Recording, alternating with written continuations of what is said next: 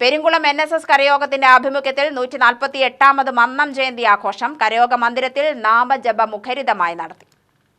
കരയോഗത്തിലെ കുടുംബാംഗങ്ങൾ ഭദ്രദീപം കൊളുത്തി ആചാര്യൻ മന്നത്ത് പത്മനാഭന്റെ ഛായാചിത്രത്തിനു മുന്നിൽ പുഷ്പാർച്ചന നടത്തി. കരയോഗം പ്രസിഡന്റ് P. രാമചന്ദ്രൻ പിള്ള അധ്യക്ഷത വഹിച്ചു.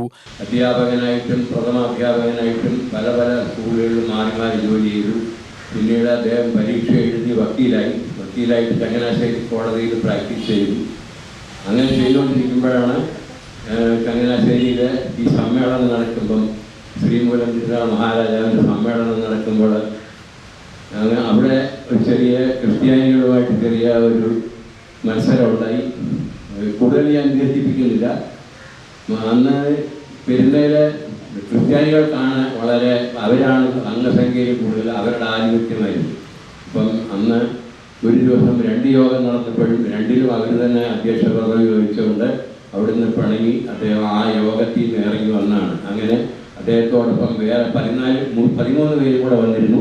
അവർ ഈ 14 പേരും കൂടെ ചെന്ന് അന്നത്തെ പൂമുഖത്ത് ഇരുന്ന് ഒരു വിളക്കും കൊളുത്തി വെച്ച് ഒരു നാക്കിലേക്ക് കുറച്ച് ഭസ്മവും തുളസിയിലേക്ക് മാത്രം ഉണ്ടാക്കിയ ഒരു സംഘടനയായിരുന്നു. മന്നം ജയന്തി ദിന സന്ദേശവും കൈമാറി. യോഗത്തിൽ വനിതാ സമാജം president AV Sumathi, secretary Jayasree Padmanabhan എന്നിവർ ആശംസ അറിയിച്ചു. കരയോഗം സെക്രട്ടറി C. ഗോപകുമാർ സ്വാഗതവും ട്രഷറർ C. രാധാകൃഷ്ണൻ നന്ദിയും പറഞ്ഞു. പെരുങ്കുളം ശ്രീമുകുന്ദം നാരായണീയ പാരായണ സംഘത്തിന്റെ നാരായണീയ പാരായണവും ഉണ്ടായിരുന്നു.